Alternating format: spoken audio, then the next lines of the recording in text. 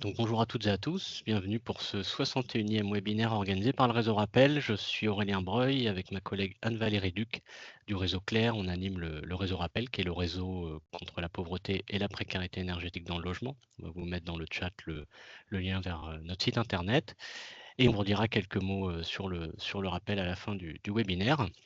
Le webinaire d'aujourd'hui qui est donc consacré aux mécanismes qui vont être mis en place ces prochaines années pour couvrir les besoins de financement de la transition énergétique française, donc besoins qui se chiffrent en centaines de milliards d'euros d'ici 2030. Donc seront notamment évoqués le nouveau marché carbone européen bâtiment transport, ETS2, et la nouvelle période des certificats d'économie d'énergie.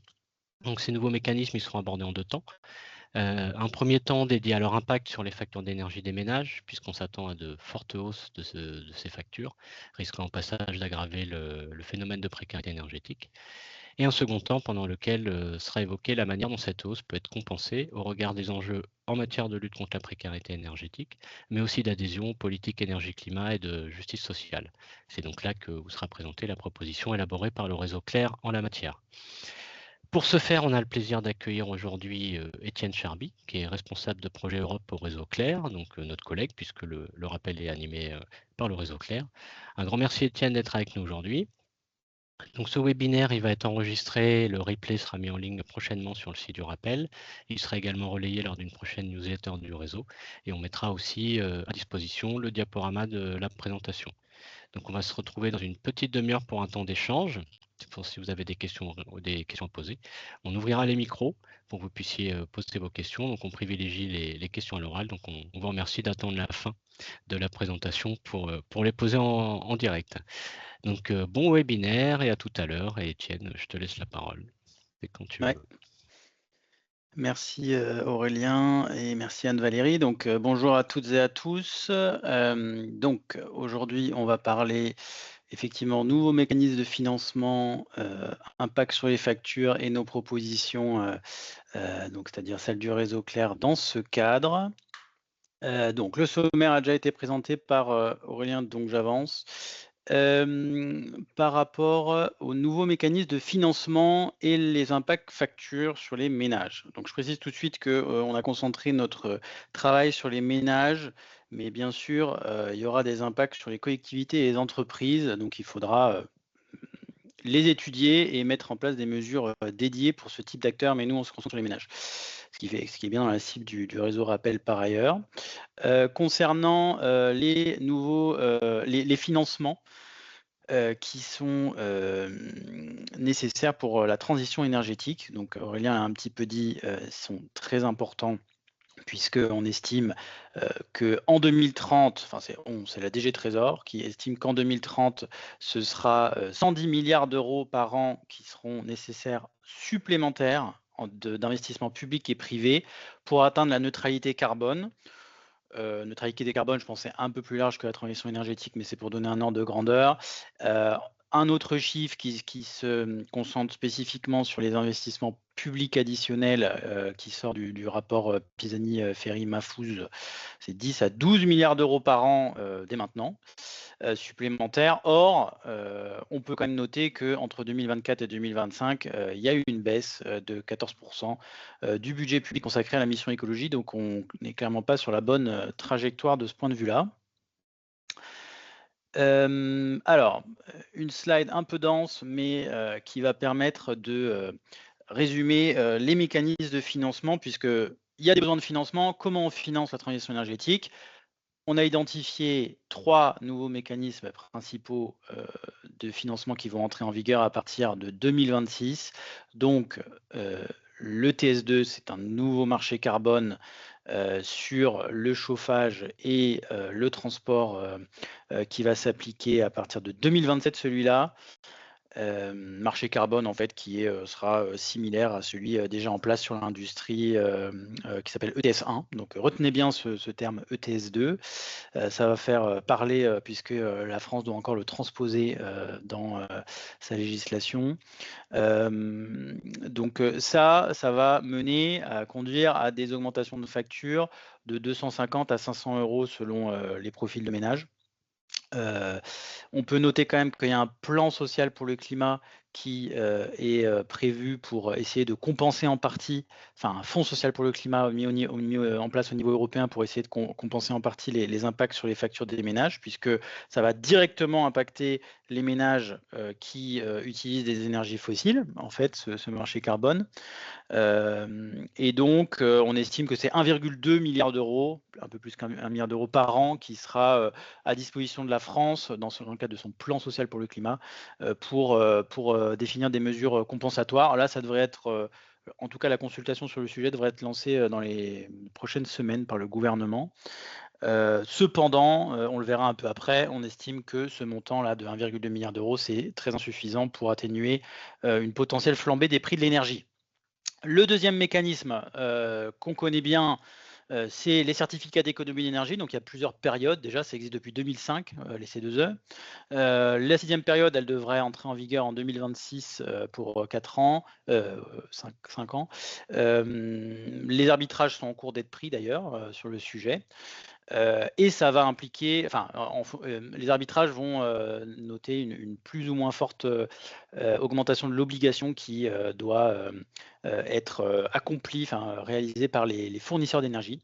Et cette augmentation, de l'obligation, elle va forcément être répercutée sur les clients. Donc les clients finaux, c'est les ménages. Donc une hausse des factures aussi à prévoir de ce point de vue-là. On estime que c'est 200 € à 600 € par an en fonction des profils. Et enfin, les certificats de production de biogaz, même principe que les C2E, mais ça va aussi être répercuté sur les factures des ménages. Cette fois-ci, par contre, les fonds vont aller vers les producteurs de biogaz pour les encourager. Enfin, c'est une aide à la production de biogaz et c'est aussi une obligation qui est imposée aux fournisseurs de gaz. Plus de 150 à 400 € selon les profils par an. Si on fait tout le cumul, après j'ai un petit tableau pour récapituler sur lequel je vais passer un peu vite, mais pour les ménages les plus exposés et par ménages les plus exposés, en bas à droite, vous voyez, ça va être ceux qui se chauffent aux énergies fossiles dans leur logement et ceux qui roulent beaucoup avec leur voiture thermique. On peut aller jusqu'à 1 500 € cumulés par an.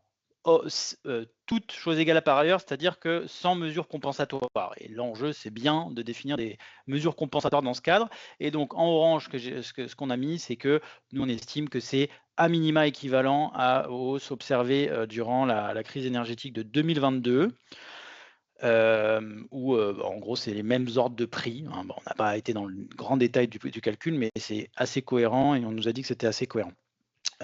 Et encore, j'ai pas parlé, en bas à gauche en petit, de l'évolution de la fiscalité énergétique qui a lieu chaque année, des prix de marché, de l'impact du dispositif post-ARENH, donc l'accès régulé au nucléaire historique là, qui prend fin 2025 et qui va être remplacé par un autre mécanisme 2026 et qui risque d'engendrer des hausses de factures également. Bon, voilà, alors un récapitulatif pas très encourageant jusqu'ici. Je vous indique juste un petit tableau un peu plus détaillé, mais je ne vais pas trop rentrer dans le détail. C'est juste pour vous dire dans les 2 dernières colonnes que il va falloir aller dans la granulométrie en fonction des hausses de factures, en fonction des hausses des ménages. Donc on a défini des ménages d'exposés versus des ménages moins exposés. Donc ça va de 700 €, 700-900 €, là la dernière ligne, à 1 200-1 500 €. Mais tout ça pour dire aussi que ça pose des enjeux vraiment cruciaux en termes de réussite de la transition énergétique, que ce soit en termes sociaux, économiques, ça c'est assez logique, mais aussi en termes d'adhésion aux politiques énergie-climat, en termes aussi de récupération politique. On voit que certains partis du bord politique, plutôt à droite, reprennent déjà le sujet, aussi des enjeux en termes de hausse des inégalités. Et donc, dans ce cadre-là, il va falloir accompagner les ménages, en particulier les plus vulnérables. Et là, vulnérables, ça ne va pas être seulement les ménages les plus modestes. On peut définir ça des plus modestes, mais aussi jusqu'aux catégories intermédiaires. Donc, il va falloir déployer des mesures compensatoires dans ce cadre. Alors, justement, parce que là, c'était un petit peu noir, on va dire, comme tableau, qu'est-ce qu'on peut faire pour compenser ces hausses de factures à venir, tout en ayant bien en tête qu'il faut des financements pour la transition énergétique, il faut bien les mettre en œuvre. Donc, je reviens sur le plan social pour le climat que j'ai déjà un peu évoqué.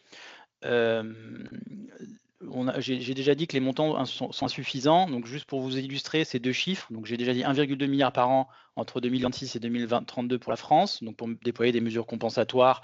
Vous voyez en dessous, ça va être des aides à l'investissement type ma prime rénov en fait, ou le leasing social, des choses comme ça, et une partie moindre qui peut aller vers des aides directes et temporaires aux revenus des ménages type chèque énergie. Donc ça peut être intégré dans le plan social pour le climat, 1,2 milliard, versus 24,6 milliards d'euros par an.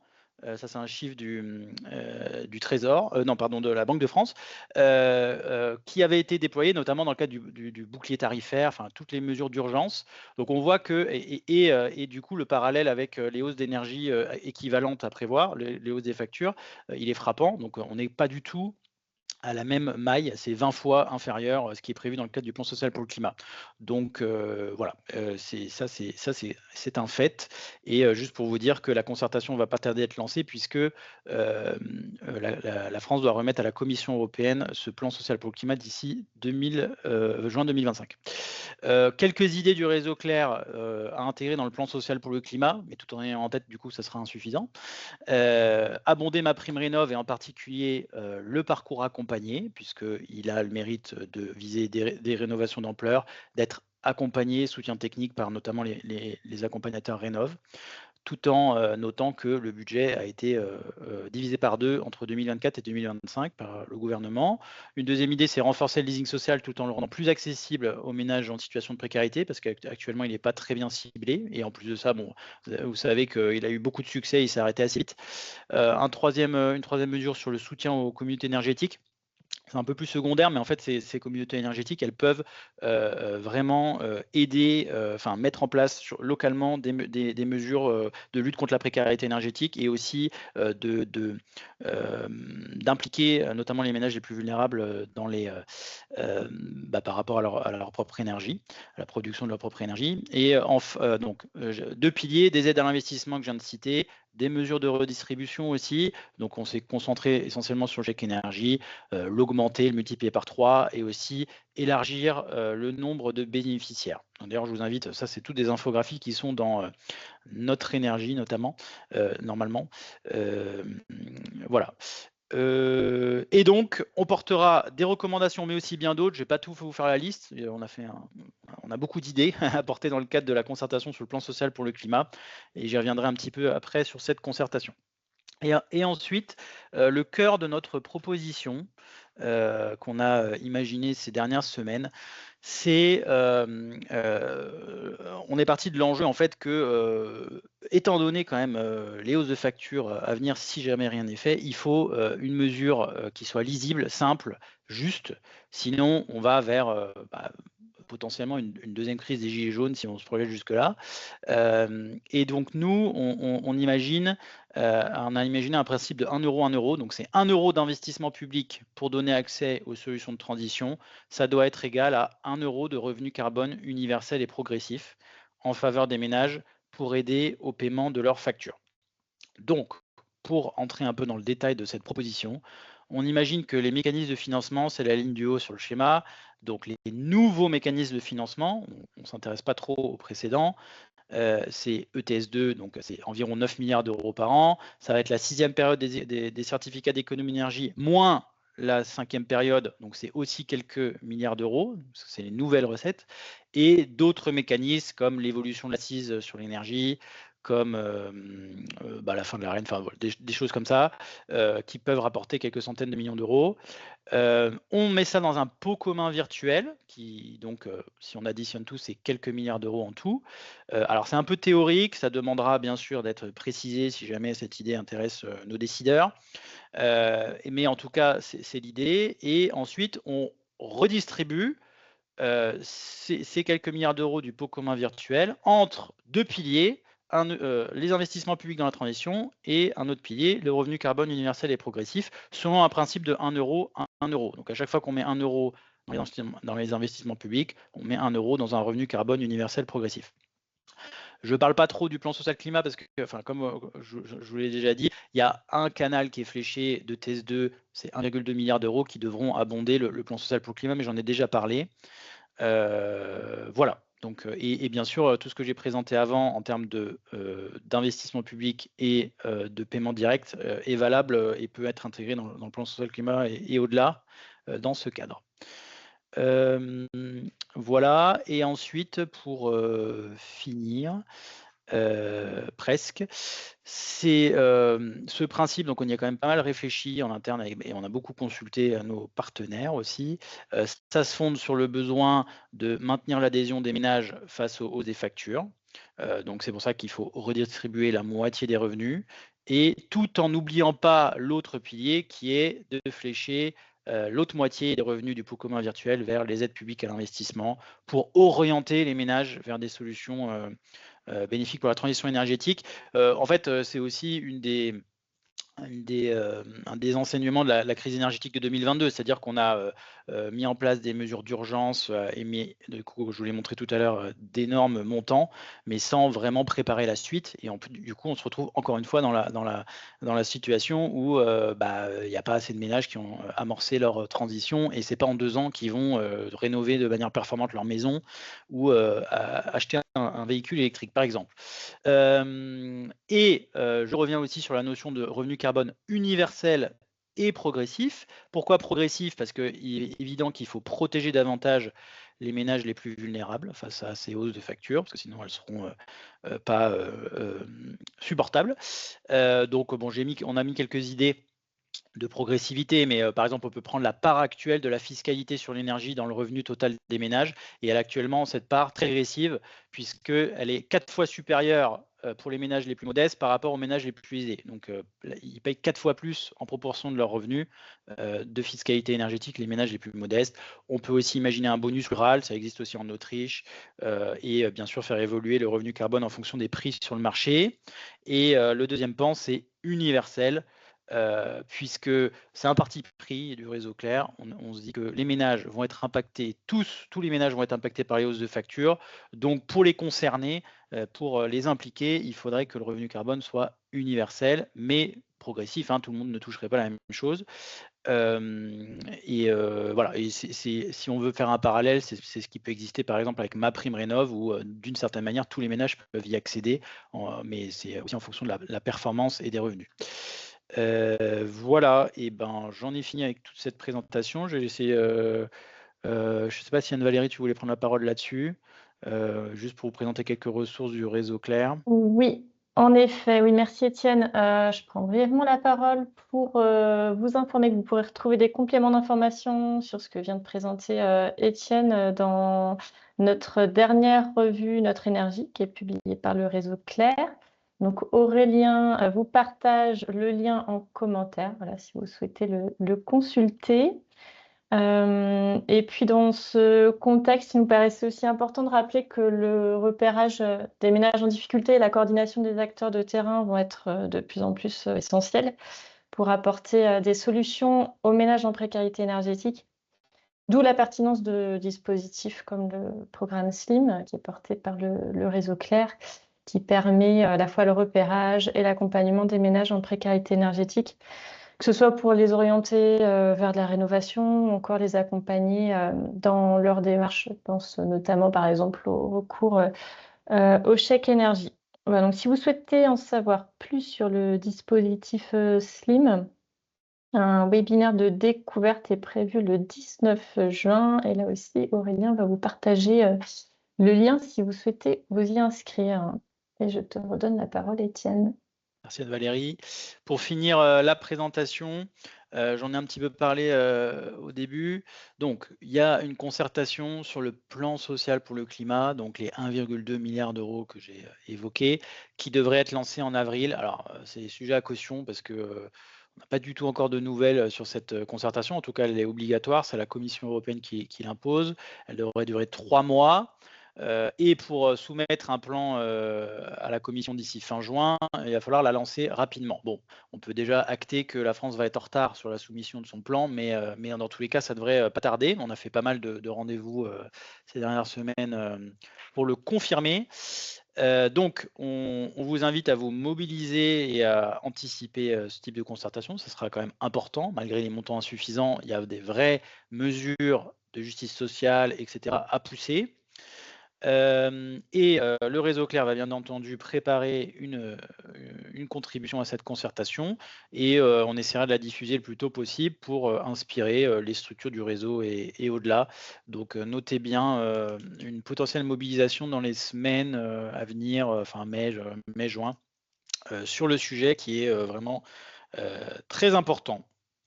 Voilà, merci beaucoup. J'arrête la présentation, mais ça n'exclut pas que je puisse le partage, pardon, mais de puisse la reprojeter pour des explications si vous le souhaitez.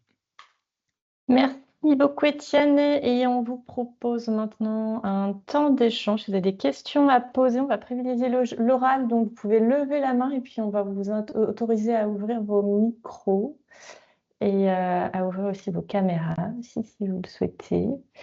Voilà. Et puis, on vous invite aussi à vous présenter avant de poser vos questions.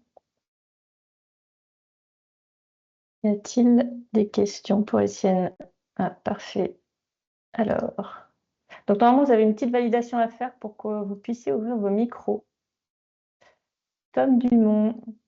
Oui, bonjour à tous. Donc je suis mon accompagnateur Rénov et auditeur dans le cadre du dispositif de MaPrimeRénov. Et du coup, il y a aussi toutes les questions liées aux arnaques, etc., qu'il peut y avoir sur ces sujets-là. Et est-ce que vous avez prévu de travailler sur le contrôle un petit peu est-ce que vous avez des groupes de travail qui vont travailler sur ces sujets-là? Parce que nous, on serait intéressés éventuellement à travailler avec vous sur le volet de ces volets-là. Alors, je réponds, c'est un peu plus. Alors, disons que le sujet là du Fonds social pour le climat, il est centré sur les financements. Donc, évidemment, on peut parler de toute la politique de rénovation énergétique de la France, mais c'est pas l'angle de cette concertation à venir, ni de ce sujet ETS2. Alors, voilà, ceci étant dit, évidemment, c'est un sujet très important que la lutte contre la fraude. Le réseau Clair, en tout cas, fait pas un travail spécifique en 2025 sur le sujet. Je laisse peut-être à Anne-Valérie et Aurélien dire sur le côté rappel. Mais bien sûr, c'est un sujet qu'on suit au quotidien, même si on ne fait pas un travail particulier dans le cadre de groupes de travail, etc., de prise de position, enfin de développement de position. Mais par exemple, on a un groupe de travail interne avec les espaces Conseil France Rénov, globalement sur le service public de la rénovation de l'habitat, et c'est des problématiques qui sont évidemment soulevées dans ce cadre-là.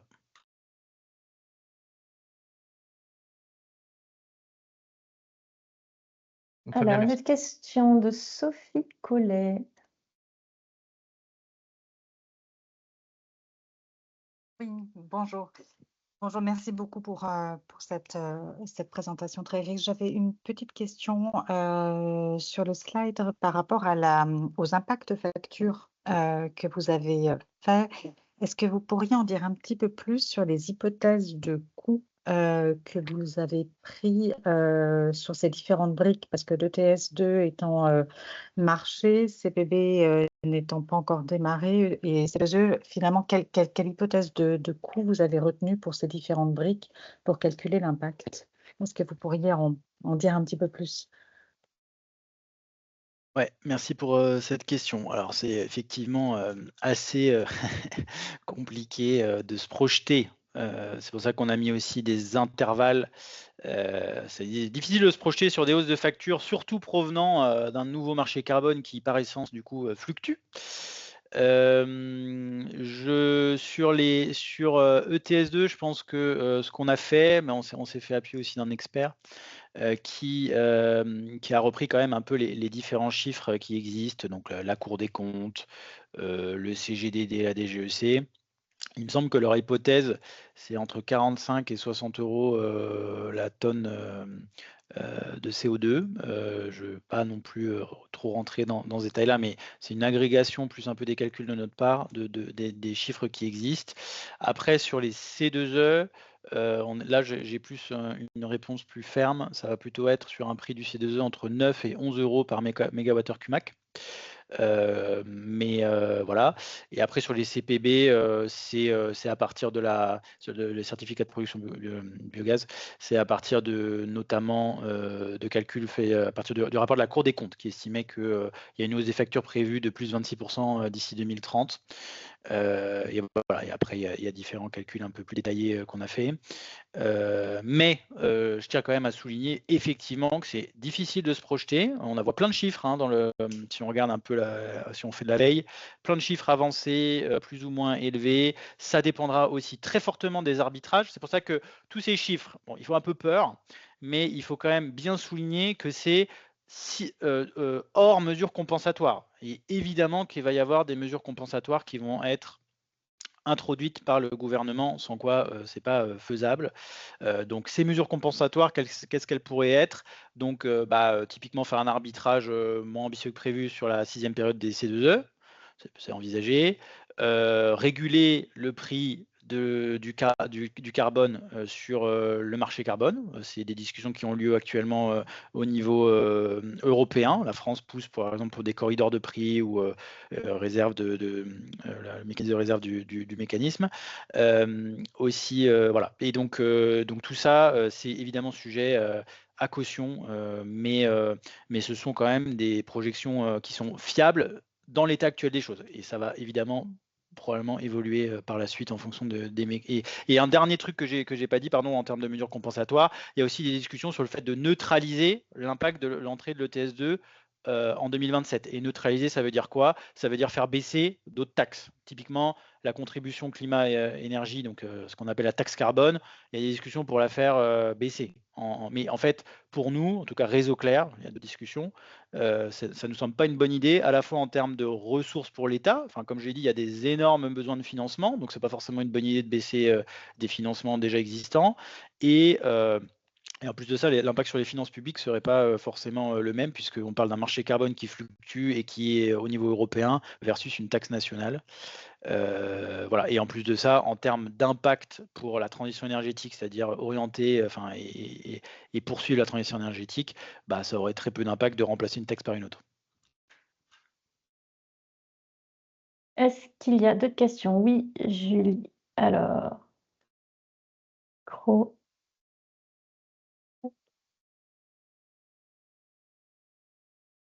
Julie, normalement, le micro est ouvert. Non, j'ai pas l'impression que son micro soit ouvert. Alors, je retente. Je crois qu'elle peut l'ouvrir maintenant. C'est bon. Parfait, merci. Bonjour, Julie Laurent, je travaille au sein de l'Action Tank, qui est un laboratoire d'innovation sociale, et on a notamment développé un programme autour des sujets de micro-leasing en travaillant sur des solutions avec du microcrédit. Et donc, ma question, elle porte plutôt sur les aspects mobilité et le leasing social, et vous évoquiez notamment peut-être des objectifs d'améliorer le ciblage du dispositif. Nous, c'est une question très importante dans pour nous, parce qu'on n'a pas été intégré finalement au premier dispositif, parce que c'est principalement des captives automobiles qui pouvaient utiliser les aides. Et donc, une question que j'ai, c'est est-ce que vous avez aujourd'hui identifié des leviers ou des propositions concrètes sur une amélioration du dispositif leasing social, et est-ce que ça fait partie du champ d'action et des réflexions que vous portez? Et si oui, voilà, est-ce que vous avez des précisions sur peut-être votre positionnement sur ce point-là? Oui, merci. Alors, je ne suis pas spécialisé sur la mobilité, mais je vais essayer de vous répondre, puisque oui, on a quand même. Alors déjà sur l'aspect mobilité, sur le volet mobilité, on a 2 grandes recommandations. C'est financer l'accompagnement aussi à la mobilité durable et inclusive sur les territoires, donc pour donner la capacité aux acteurs locaux d'accompagner les ménages. À l'image un peu d'ailleurs des espaces conseils France Rénov finalement qu'ils font sur la rénovation, mais il faut accompagner les ménages sur leur choix de mobilité durable et inclusive. Et sur l'aspect leasing social, alors j'essaie de retrouver un petit peu nos recommandations. Donc l'idée c'est de mieux le cibler sur les ménages les plus modestes, puisque je crois que le constat qui a été fait, c'est que c'est surtout le haut des ménages modestes qui ont pu en bénéficier, notamment parce qu'ils avaient la capacité d'avancer les fonds. Enfin, il y avait des problématiques d'avance, des aides qui étaient retardées, et donc ça n'a pas permis de vraiment, enfin ça a un peu loupé le cœur de la cible, c'est-à-dire les ménages les plus modestes qui peuvent accéder à une voiture électrique.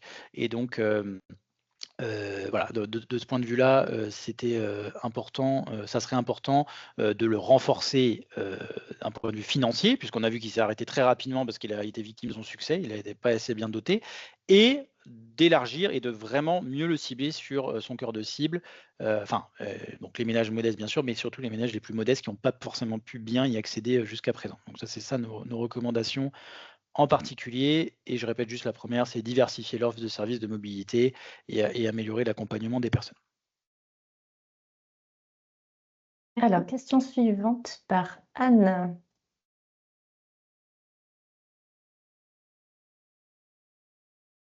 Anne, normalement, le micro est ouvert.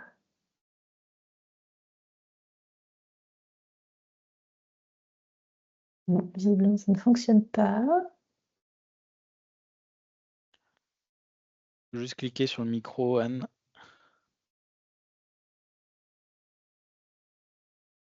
Bon, en attendant que Anne trouve le petit bouton, est-ce qu'il y a une autre question parmi vous?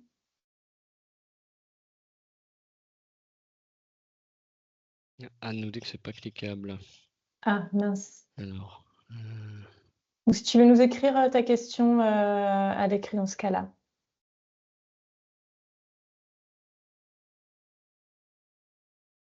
là, ça peut peut-être marcher. Tu veux essayer de réactiver le micro. Normalement, c'est déjà désactivé. Enfin, c'est déjà activé, Ok. pardon.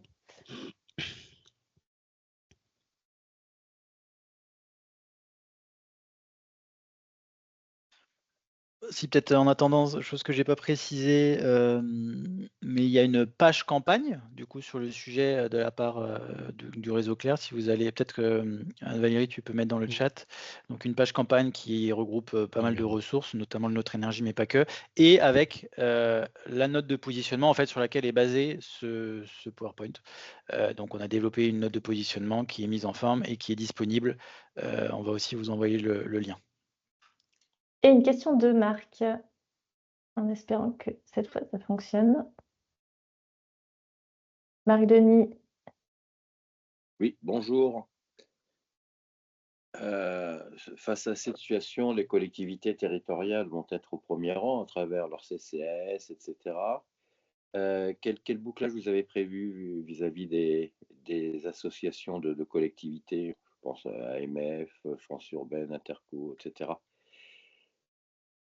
Parce que je pense que sur ce terrain, une démarche conjointe ou partagée sera utile peut-être. Merci pour la question, alors qui est très pertinente. Je l'ai dit en tout début de webinaire. Là, le focus on s'est posé la question sur le fait de travailler aussi sur les entreprises. Les entreprises et surtout les TPE-PME sont spécifiquement ciblées par le Fonds social climat sur le fait de prévoir des mesures compensatoires. Et bien sûr, nous, on n'oublie pas par essence, parce que notre réseau, on en a beaucoup, les collectivités locales qui vont être impactées. Et donc, on a concentré quand même le travail pour des raisons de priorisation des messages sur les ménages. Ça, c'est un premier point. Je pense que ça peut s'expliquer puisque on a quand même le souvenir de 2018, on a des impacts notamment sur les plus vulnérables. En revanche, c'est très pertinent de travailler sur les collectivités. On l'a pas fait jusqu'à présent. Je pense qu'on peut être ouvert à la discussion et aux propositions et à éventuellement porter des choses dans le cadre de la concertation sur le plan social pour le climat. Je pense pas qu'on sera moteur pour aussi des raisons de capacité interne, parce que là on a même beaucoup de force de de frappe sur le sujet, sur la cible ménage. Mais oui, on fait un appel à contribution, bien sûr, et discussion sur le sujet des collectivités locales.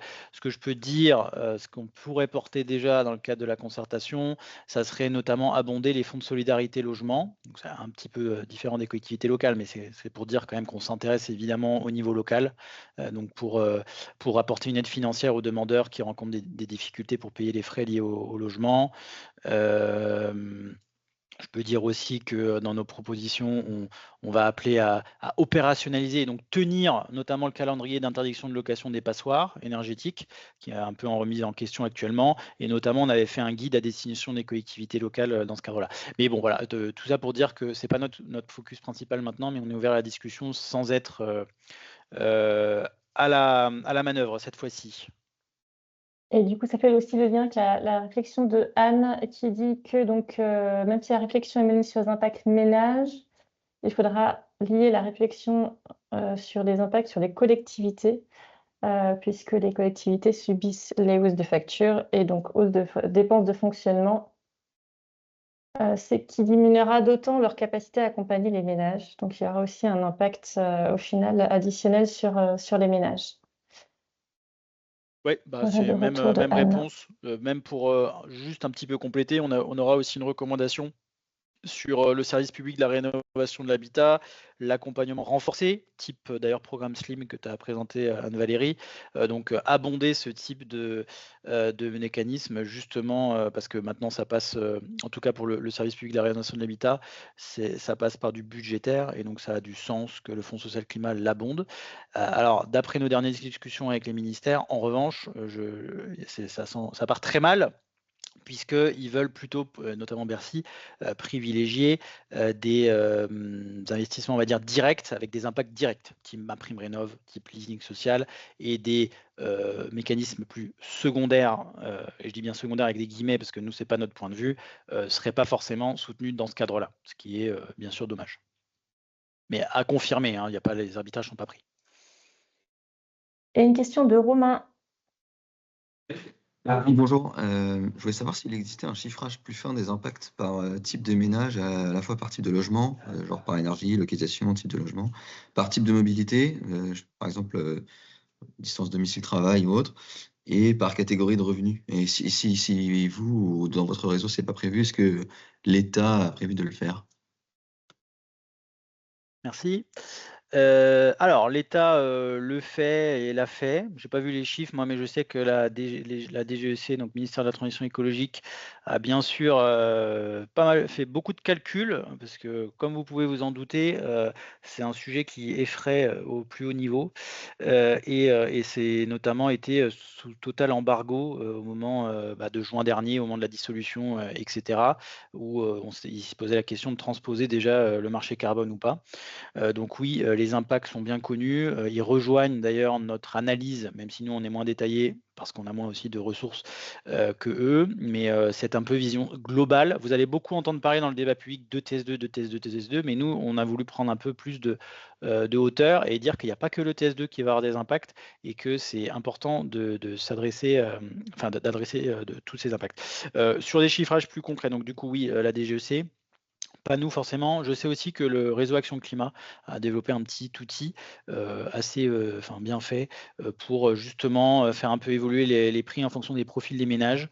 Il me semble, si vous regardez bien, qu'ils ont fait une publication dernièrement, si ce n'est pas sur leur site, c'est sur les réseaux sociaux, pour un peu expliquer en fonction de quel type de ménage, quelles vont être les hausses de factures, ce que ce soit par rapport au logement ou au transport. Donc je vous invite à regarder et sinon à revenir vers nous pour que je fasse une éventuelle mise en relation avec le réseau Action Climat. Et on poursuit avec une question de Julien.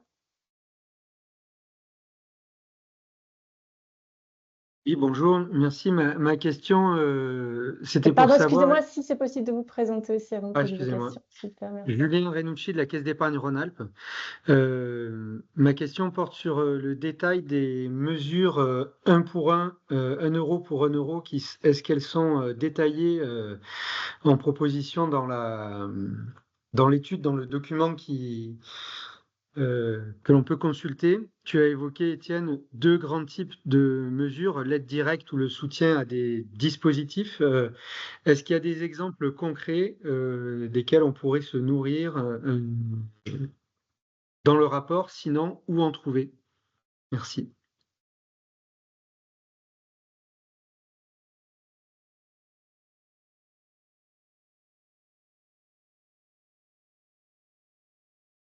Coupé. Ah pardon, merci Julien. Bah, oui, dans tous les cas, j'étais en train de dire que j'essaie de repartager mon écran pour être un peu plus clair. Voilà, normalement ça devrait être bon. Des exemples, j'en ai mis un petit peu en petit, orange, j'espère que vous pouvez lire. Exemple de mesure, c'est aide à la rénovation performante des logements, le leasing social, le chèque énergie pour l'aspect redistributif, enfin paiement direct, soutien au développement des communautés énergétiques. En fait, tout ce qu'on va porter dans le cadre du plan social pour le climat, on peut potentiellement le mettre dans les investissements publics dans la transition, sachant que moins, par contre, l'aspect chèque énergie, qui est, comme tu le dis, donc les 2 piliers que je remets, aide à l'investissement versus mesures de redistribution. Donc, on va plutôt cibler les aides à l'investissement. On a plein d'autres mesures en tête qu'on partagera, comme je l'ai dit, le plus tôt possible dans le cadre de la concertation. Et voilà. Et après, il y a l'autre pilier, revenu carbone, qui là serait un paiement direct sur le compte bancaire ou en espèces si les ménages n'ont pas de compte bancaire. J'essaye quand même de retrouver quelques exemples un peu plus concrets que ce que je viens de dire. J'ai cité ma prime rénov parcours accompagné, qui pour nous est la priorité. Le financement, l'abondement du service public de la rénovation de l'habitat, le leasing social, les communautés énergétiques. Voilà, en termes de financement. Et après, on a d'autres propositions aussi sur de nouvelles normes minimales de performance énergétique. Donc, c'est des obligations de rénovation. On a développé ça l'an passé, mais c'est un peu moins, en rapport avec le sujet, puisque on parle pas là, on parle de réglementaire, d'évolution de la réglementation, alors que le plan social pour le climat et le TS2, c'est du financement. Voilà, j'espère que j'ai répondu à la question, mais dans tous les cas, bien sûr, on aura des propositions prêtes dans le cadre de la concertation.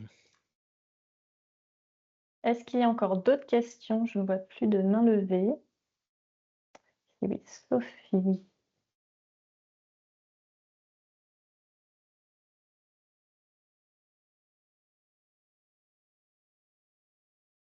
Sophie, normalement, ça devrait être bon, le micro. Pardon, oui. En plus, une deuxième fois, je devrais être habituée à le faire. J'avais une question sur le chèque énergie. Effectivement, et je partage, hein, on fait le même constat que vous sur le fait que le montant du chèque énergie et l'assiette devraient être élargis, et on a un montant effectivement du chèque qui n'a pas évolué depuis 2019, donc avec en plus au dernier PLF des crédits de paiement qui ont diminué, donc on est effectivement aussi sensible au fait que ce dispositif qui fonctionne n'a pas effectivement les moyens d'accompagnement qu'il devrait avoir. Et ce que je voulais comprendre, c'est sur le financement du coût de cette proposition. Ça proviendrait pour vous du fonds, enfin des excédents du Fonds social climat. C'est comme ça que vous voyez le financement de cette mesure, ou c'est le pot commun virtuel? Enfin, comment vous voyez le financement de cette proposition? Ouais, merci. Non, là, ça serait plutôt effectivement côté Fonds social pour le climat, puisque dans le cadre du Fonds social pour le climat, je vais repartager ma slide, ça sera plus clair. Il y a en gros, 2 tiers du fonds, donc de 1,2 milliard d'euros, qui doit aller vers des aides à l'investissement. C'est indiqué comme ça dans la directive. Et un autre tiers maximum, 37,5% exactement, à la virgule près, qui doit aller vers des mesures de redistribution, donc type chèque énergie. Nous, c'est ce qu'on défend.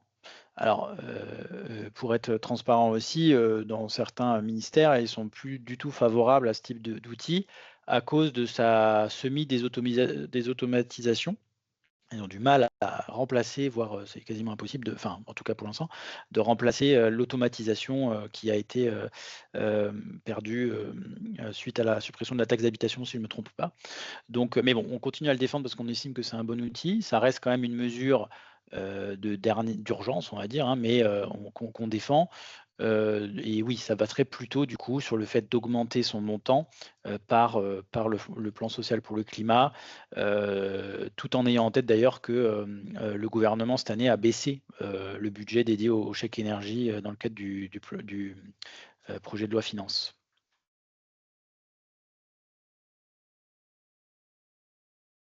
Y a-t-il d'autres questions? On a encore un Peut-être petit juste peu de pour temps. répondre à Vas-y. celle qui est en écrit, donc c'était par Madame Soukaina, sur le fait que les subventions ont été baissées pour les ménages les plus aisés dans le cadre de MaPrimeRénov'.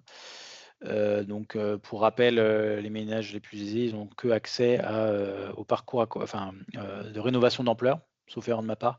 Donc évidemment, on le déplore parce que notre proposition, on l'a faite pour être qu'elle soit universelle, donc que tout le monde puisse s'y accéder, tout en étant progressif. Et donc, évidemment, mais bon, on déplore toutes les baisses de budget sur MaPrimeRénov' qu'il y a eu. On a quand même divisé le budget par 2 entre 2024 et 2025. Les ménages les modestes ont aussi été touchés, puisque il y a eu la désautomatisation. Je crois les mandataires financiers peuvent plus avancer les aides, me semble-t-il, ou quelque chose comme ça. Et donc voilà, donc globalement, les dernières mesures prises notamment pour des raisons d'économie budgétaire vont pas dans le bon sens, dont le fait de baisser les subventions pour les ménages les plus aisés pour des rénovations d'ampleur. Encore peut-être une question? Non. Eh bien, s'il n'y a plus de main levée, Étienne, est-ce que tu avais une dernière chose à partager? Ou sinon, on peut terminer là. Non, pour conclure, c'est un sujet vraiment pas à prendre à la légère. Je pense que il y a des vrais risques politiques d'adhésion aux politiques énergie-climat, aussi vis-à-vis de l'Union européenne, puisque ça reste quand même, en tout cas le TS2, ça va être celui qui va être le plus sous le feu des attaques, et ça reste quand même un mécanisme qui provient de l'Union européenne. Donc il y a un vrai enjeu à se mobiliser, mais aussi, et c'est vraiment sur ça qu'on a travaillé côté Réseau Clair, c'est de ne pas juste être en défensif, de se dire ah là là, ça va être terrible pour la cause. Et donc, reprendre la main avec des propositions qui peuvent donner envie, qui ont du sens, qui sont simples, lisibles, parce que c'est aussi ça, hein, le problème. Parce que j'ai pas expliqué, mais pourquoi aussi on propose cette nouvelle proposition là, 1 euro, 1 euro. C'est-à-dire qu'on ne pense pas que ça sera juste suffisant de dire qu'il faut augmenter des chèques, et distribuer des chèques, et faire augmenter MaPrimeRénov' pour qu'il y ait une adhésion à ce type de dispositif. Déjà que ça va être très dur, on ne peut même pas parler d'adhésion à des hausses de factures, mais en tout cas pas trop de colère, on va dire, sociale. Donc pour nous, il faut vraiment reprendre la main, être force de proposition et imposer un narratif quand même un peu plus positif et redonner envie dans la transition. Ça va être très difficile, on en a conscience, mais c'est de là quand même que part notre réflexion. C'est pas seulement être effrayé comme un lapin devant des phares de voiture face à des hausses très fortes à venir. Donc voilà, je vous invite à vous mobiliser aussi dans le cadre de la concertation. On a réfléchi aussi côté Réseau Clair à peut-être mobiliser les gens sur le terrain pour porter des recommandations, mais on a dit que c'était un peu difficile parce qu'en fait, vous êtes confrontés pour de vrai à des gens qui sont en difficulté. Donc, on n'a pas choisi de mobiliser vraiment le réseau pour aller propager la parole sur des propositions sur le terrain. Mais je pense que le bon cadre, ça va être la concertation. A priori, il ne devrait pas juste avoir une concertation publique, il pourrait y avoir des choses organisées sur les territoires. Donc on vous invite à vous mobiliser et à pas être trop non plus dans le catastrophisme, même si ça peut faire peur, et à quand même voir les choses de manière un peu plus positive et imposer, voilà, et essayer de pousser des propositions qui ont du sens et qui peuvent protéger les ménages, sachant que nous, on est vraiment dans une logique d'accompagnement des dispositifs, c'est-à-dire, OK, ça va entrer en vigueur. On n'était pas forcément en faveur de l'ETS2, par exemple. Donc, il y a besoin de financement, ça rentre en vigueur. C'est pas forcément comme ça qu'on aurait designé ces financements. En revanche, il ne faut pas qu'ils aient d'impact. Donc, compenser à 100% pour les ménages les plus vulnérables et faire payer ceux qui le peuvent, tout en ayant ce revenu carbone qui peut renforcer l'adhésion. Voilà. Parfait, merci beaucoup Étienne pour ce mot de la fin. En tout cas, c'est un sujet qu'on va continuer de suivre de près, Réseau Clair, je le rappelle aussi particulièrement. Merci à tous les participants, participantes. Vous étiez très nombreux pour ce webinaire. On vous rappelle que le webinaire sera mis en ligne prochainement sur le site du Réseau Rappel. Et puis pour celles et ceux qui ne sont pas encore membres, on vous invite aussi à rejoindre le réseau. En rejoignant le réseau, vous pourrez notamment recevoir nos newsletters. On partage les actus en lien avec la précarité énergétique. Vous pourrez aussi être tenu au courant des prochains webinaires ou encore aussi découvrir des outils qui pourraient vous être utiles. Donc Aurélien vous partage le lien pour vous inscrire là dans le chat. L'inscription est gratuite. Donc voilà, vous êtes les bienvenus si vous souhaitez nous rejoindre. Voilà, encore merci à toutes et tous. Bonne journée et à bientôt. Merci beaucoup. Au revoir, à bientôt. Au revoir.